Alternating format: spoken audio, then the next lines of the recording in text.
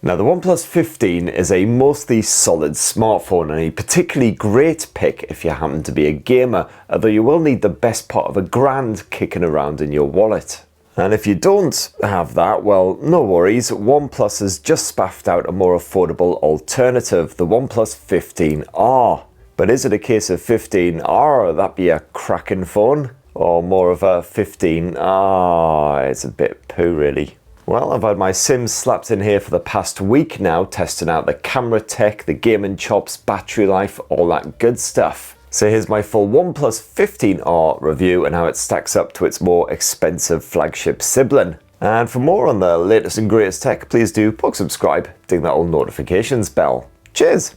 Now slap the OnePlus 15 and 15R side by side and I think you'd struggle to tell them apart. As you can see, they're very similar size, similar skinny bezels. Both got that plus key over on the left edge. In fact, the only surefire difference between them is that camera bump. Don't get quite as much camera here on the R model.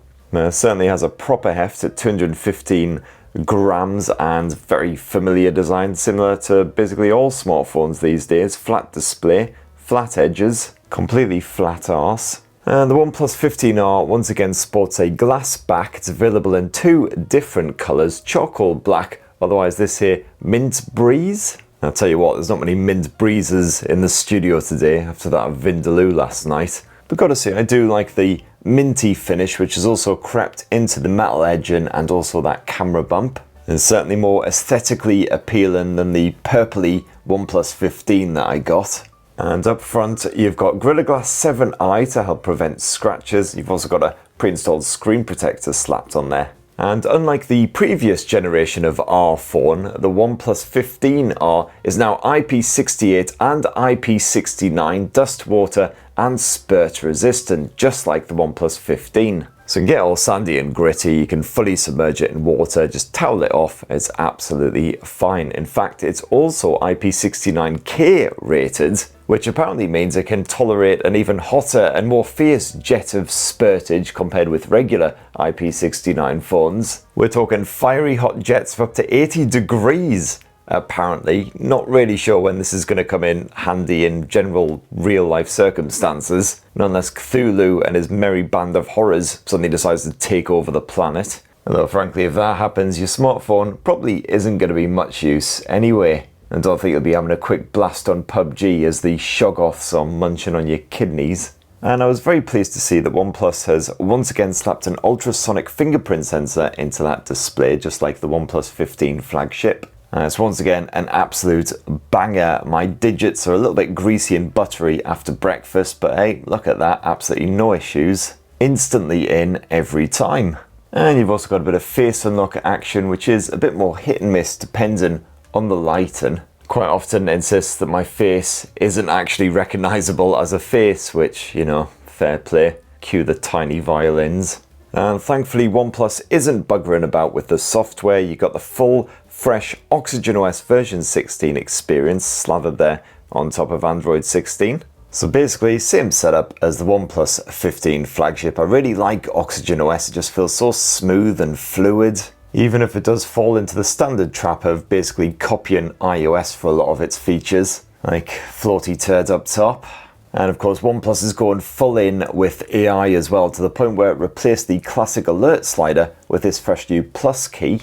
If you head to the settings menu, you can slightly customize this. Default mode is good old Mindspace, which I'll bang on about in a second, don't you worry, but you can basically turn it into another alert slider if you miss that old bugger. You can also activate Do Not Disturb, shortcut to the camera or the torch features, open up the recorder, a couple of bits, but sadly you can't just have it open whatever app you want, or set up your very own if this then that style functionality, which is a feature I really wish they had nicked off Apple. It's one of the only bloody good things they do. Personally, I keep it on that Mindspace feature. I find it really helpful because my brain is old and knackered. It's a great way of storing away important information for easy access later. If you happen to come across, for instance, a game or a movie that you want to check out later, just press in that button and it will be saved to Mindspace. Or alternatively, you can press and hold the button and then record a little bit of voice stuff about things you might want to remember later. Then to access Mindspace, all you need to do is double push that button and you're straight in. You can browse everything that you've saved inside of here. You can also sort it into different categories, and Mindspace can even sort things into categories on your behalf based on what it detects inside of them. And of course, as usual, AI gubbins of pulling out any pertinent information from whatever you've saved. And what I find particularly helpful is you don't need to go searching through all of these memories to find a specific bit of information. You can just ask Gemini for it instead. How much was that DJI Osmo Pocket 3 that I saved in Mindspace? As you can see, connecting to Mindspace, and hopefully, there you go, pops right through. And of course, you've got a bunch of other AI guff stuffed on here, but none of that I really bothered to use. And of course, the same excellent OxygenOS split screen multitasking shenanigans, as always, particularly handy if you want to, for instance, enjoy a bit of YouTube in the background while getting on with other stuff. You can still listen to whatever's going on and then just kind of drag it back into view like so. It's also handy if you're composing an email while also referring to other information or whatever. You got yourself 256 gigs of nippy UFS 4.1 storage. And while there's not a horrendous amount of crapware stuffed on here, there's a few bits you'll need to get rid of if you're not really a fan, the likes of LinkedIn, Facebook, off your piss mate, and a few Amazon bits as well. And good news for any travelers out there, because you do have full eSIM support slapped on here as well. So if you do bugger off abroad, you can sort your eSIM before you even take off. Make sure you got full internet access the second you land. And OnePlus hasn't cheaped out when it comes to the display either. You've got a 6.83 inch AMOLED screen slathered across that front end. It's ever so slightly bigger than the regular OnePlus 15's panel, but those visuals are just as crisp thanks to the 2800 by 1272 pixel resolution. Got full HDR10 Plus and Dolby Vision support, and this screen is certainly bright enough to comfortably use outdoors, even if the sun was shining, I would imagine. Of course, it's blighty in December, so I've just had to simulate sunlight using my studio lights. This is just on sort of average brightness at the moment. If I boost that all the way up, as you can see, no issues there. And 144Hz and 165Hz refresh rates are supported for any games that can cope with it. Same as that OnePlus 15 flagship smartphone, although the refresh rate only drops as low as 60Hz. It's not full LTPO tech here. And as far as I'm aware, it uses the same PWM dimming and DC dimming combination as the regular OnePlus 15 flagship, although this wasn't directly confirmed by OnePlus ahead of the official launch. So if I find out otherwise, I will do a little comment pin thing below. And you got yourself a stereo speaker setup here on the OnePlus 15R, and despite the size of this thing, not quite the loudest setup around, but reasonably punchy once you max out that volume. Could use a bit more bass, of course. And you got the usual all reality shenanigans to tweak the output depending on what you're up to. Bugger all headphone jack as usual. Of course, the Bluetooth streaming has been absolutely fine, flawless here on the OnePlus 15R this past week. But when I've tried to cast sound to a Sonos speaker or other supported speakers, that has been a bit ropey. Occasionally I've just had it where tracks have just been skipping erratically, or it just hasn't played at all. Hopefully just some weird early teething issues, because of course the OnePlus 15R have been testing ahead of the official launch. As for the brains of the operation here, well, it's the first outing for Qualcomm's Snapdragon 8 Gen 5. Now note, this isn't the same Snapdragon 8 Elite Gen 5 chipset which powers the OnePlus 15, it's just a regular Snapdragon 8 Gen 5, which isn't at all horrendously f***ing confusing. But yeah, the 8 Gen 5, which is stuffed inside of the OnePlus 15R, Qualcomm launched at the same time as that Elite flagship chipset, just kind of mumbled about it kind of under its breath without actually disclosing any proper details. But it's backed here by 12 gigs of RAM, and I've been thoroughly testing the bugger out this past week with a good bit of Wuthering Waves action.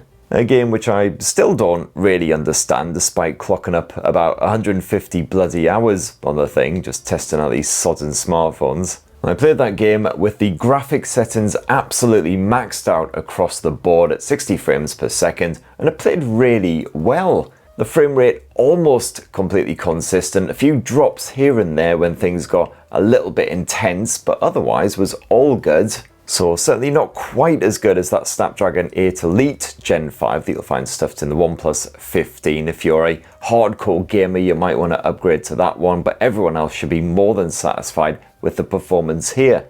We also found that screen was supremely responsive, and for the coolant setup, well, you've got a Cryo Velocity screen cooler housed just beneath the display to keep it from warming up, and another Cryo Velocity cooler hidden around the arse end, as well as a massive vapor chamber. And sure enough, the OnePlus 15R only got ever so slightly warm even after well over an hour of Wuthering Waves action. And of course, that OxygenOS gaming mode is a bit of a banger, includes all the necessary tools, plus a championship mode if you want the ultimate distraction-free gaming experience, as well as that new fast load feature where the game is kept running in the background. I guess that's quite handy if you're constantly dipping into the same game throughout the day and you don't want to wait the 20 seconds or so it takes to load the bloody thing up every time. If that bothers, all I can say is you're clearly not of the ZX Spectrum generation where you had to patiently endure 5 minutes of hideous screeching every time you wanted to play a sodden game, combined with the usual glorious epilepsy-inducing visuals. And the OnePlus 15R also sports that same Wi-Fi chip that OnePlus chucked into its 15 flagship. Bugger all complaints there, the networking's been absolutely fine this entire time. So that performance, not quite flagship level, but excellent all the same. And when it comes to the battery life, well, absolutely sod all complaints there. You've got a 7,400 milliamp hour capacity battery crammed inside of that lovely minty chassis. So that's even bigger than the 7,300 milliamp hour battery of the OnePlus 15, and the battery life just as bloody beautiful. You will happily get 2 full days of use out of a single charge of the OnePlus 15R, unless you're, shooting shed loads of 4K video or just gaming non-stop basically. So really handy for those weekends away. You don't need to worry about packing the charger, and if you are gaming on the likes of Wuthering Waves, well, it's still really good returns. With all the graphics maxed out and that championship mode active, you can expect just shy of 6 full hours of gaming good times before the OnePlus 15R cops it. The charging is slightly slower compared with the OnePlus 15, however you've got 80 watts Super VOOC charging here on the OnePlus 15R versus 120 watts I believe it was on the OnePlus 15. But hey, not really a problem, because even if this thing is pretty much fully drained, bung a cable in it and it'll be fully juiced up again in roughly an hour. But there is bugger all wireless charging support here on the 15R that has been stripped out in order to save a few bucks, I guess. And so let's finish up this spiffy OnePlus 15R review with a bit of a squint at that old camera tech. And what you've got here on the OnePlus 15R is the very same 50 megapixel main shooter as the OnePlus 15 using Sony's IMX906 sensor, along with the very same Detail Max image processing smarts. So it's perhaps not too surprising then that the photo results are rather familiar. If you snap away in decent daylight, you'll almost always get a good pic, with the OnePlus 15R handling high dynamic range quite happily. There's never usually much oversaturation, you get fairly natural looking colours and contrast. In less than ideal light, photos can be a bit more flat though. You don't get as much detail sucked up by that sensor, although your pics will usually look alright when you chuck them up onto a tablet or a laptop. I didn't really see much grain or flaring with the nighttime snaps, but colours are usually faded, and again, those detail levels do suffer. Likewise, any kind of motion in slightly softer light often results in a smeary, blurry bag of arse, although that's fairly typical. And the OnePlus 15R actually coped admirably with moving subjects if they were well lit. Even my fuzzy tripod here only occasionally looked even fuzzier because of a bit of motion blur. And besides that main shooter, the only other option here on the OnePlus 15R's camera setup is a basic 8 megapixel ultra wide angle shooter. There's no telephoto action here, although you can generally tap that 2x zoom for a 48mm equivalent focus and still get pretty respectable results, again if the lighting is good.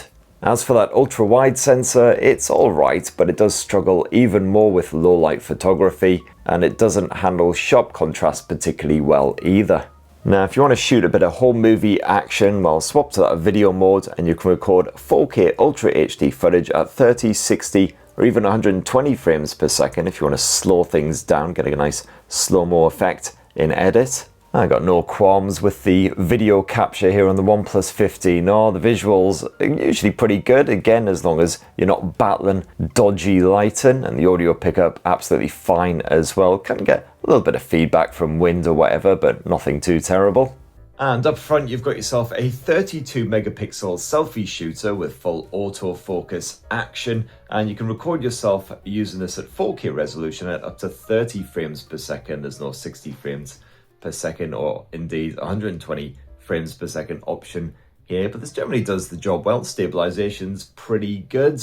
However, if you are shooting selfies and the lighting conditions again aren't fantastic and your hand is even slightly swayed by perhaps one or two festive pints, where you might find you get some blurry results. And there you have it, my lovelies. That in a tasty wee nutshell is the fresh new OnePlus 15R and how it stacks up against that OnePlus 15 flagship. And yet again, it is another banger. My only real qualm with OnePlus 15 was the fact that that camera tech wasn't as good as the likes of the Oppo Find X9 Pro and quite a lot of other flagships out there. Of course, here on the 15R, you got a very similar setup minus the telephoto shooter, but at a more mid-range price, it's certainly acceptable optics. Most people should be happy enough. And pretty much everything else I bloody adore. OxygenOS is as spooge-worthy as ever. The performance is excellent. Even fairly fussy gamers should be happy with what they get out of the likes of Wuthering Waves here. The battery life, of course, some of the best around.